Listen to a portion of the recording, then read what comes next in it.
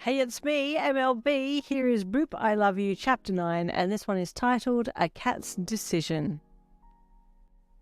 So, now what do we do with you?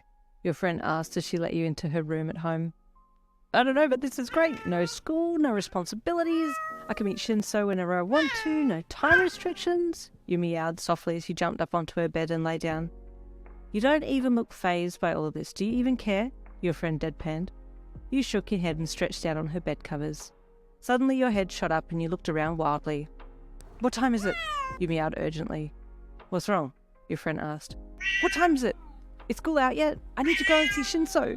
You meowed as he sat up and looked around. You looked at her alarm clock and read the time. 3:40 p.m. Oh crap! You yowled.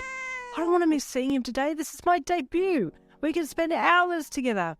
Whoa, whoa! Your friend yelled as you dashed off the bed and ran for the bedroom door, jumping up at it frantically. Where are you going? You turned and dashed back to the alarm clock by her bedside and tapped the screen of it with your paw, urgently trying to point out to her the time. She frowned in confusion, then suddenly realized what you were trying to tell her. Oh, school's finished and you want to go see your boyfriend, she chuckled. Okay, I'll open the door. Don't be too long though. She opened the bedroom door and you dashed out and down the hall, heading for the front door, but not stopping in time and slamming headfirst into it in your haste. God, Yin. Nothing changes, does it? Fun sighed as she walked out and down the hall to open the front door for you. Go and enjoy, she added as she pulled the door open. Thank you, you meowed as you took off out the door and down the street. You knew the streets well and tried to take as many shortcuts as possible to make it to the place that you usually met with Shinsou on time. I'm late. I'm going to be so late. I'll miss him, you panicked as you ran. As you rounded the corner to the street that you usually met him on, a beautiful sight met your eyes. There was Shinsou sitting on the side of the street with his back up against the brick wall, just waiting. You're still here, you meowed excitedly as you ran up to him. He heard your meow and looked in your direction, a big smile gracing his face as he saw you running towards him. He sat up off the wall and opened his arms. You ran and jumped straight into them, giving him the biggest cat cuddle you could muster, purring and rubbing your face into his chest. He chuckled deeply and stroked you from head to tail.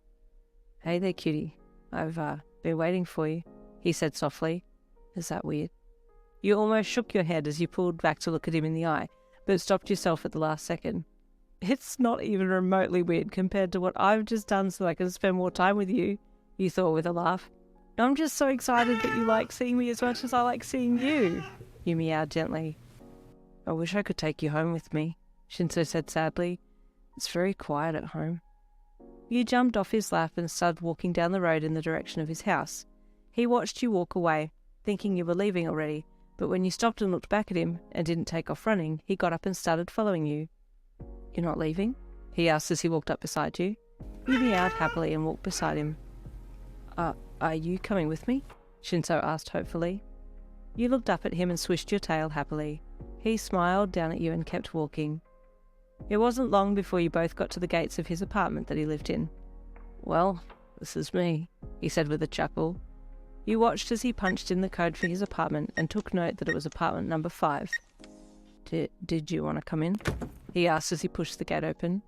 You happily trotted past him through the gate and looked back over your shoulder to see if he was coming. He had this really happy look on his face as he followed you up to the door, leaning over the top of you to push the door open before stepping past you and leading you up to his apartment. Oh my god, I'm going to be in his apartment, you squealed internally, your tail twitching in time with your excitement. I don't have any cat food here, Shinsou said sadly as he unlocked his door and walked in, with you sneaking past under his feet. You ran in and jumped up on the couch before sitting down and curling your tail neatly around your petite little paws. Shinsou laughed. Make yourself at home, he said with a lopsided smile, gently patting you on the head as he passed you to go to the kitchen. You turned and watched him go to the cupboard.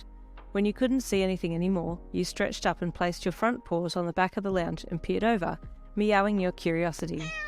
You could hear the rustle of chip packets and jumped up onto the back of the lounge to try and see what it was that he had pulled out for his snack. Damn it, I still can't see. Maybe if I jump from here to the kitchen counter? You bunched yourself up and bobbed your head a few times to get a good reading of how far you would need to launch to make it to the counter. Yeah, I'm pretty sure I can make that distance. Doing 2 small little bum wiggles, you threw yourself across the gap between the back of the lounge chair and Shinsou's kitchen bench top. You made it, but you failed to add in that the bench top was made of smooth marble and had no grip surface, so you clawed desperately at the shiny surface as you skidded across it. "Oh crap!" you meowed loudly as you realised that you were headed straight for the toaster. Unable to stop yourself, you barreled straight into it and crash-tackled it off the bench, leaving you and the toaster landing heavily together on the floor. "Whoa! What the heck?" Shinsou yelped as your wail and then the sound of you and the toaster hitting the kitchen floor caused him to jump and whip around in surprise. "Cat, what are you doing?" he asked in shock, seeing you and on your back, tangled in the toaster cord. "I thought I could make that jump, and I did. Go me, by the way. But the bench was slippery, and then the toaster magically appeared in front of me, and, well, I did the most awesome wrestling move. John Cena would have been so proud, and," you explained in a variety of meows. It's okay. Are you hurt?" Shinsou asked as he scooped you up and untangled you. "Silly thing," he chuckled once he had checked you over to make sure you weren't injured. And there is the end of Chapter 9. Stay tuned for Chapter 10 coming tomorrow.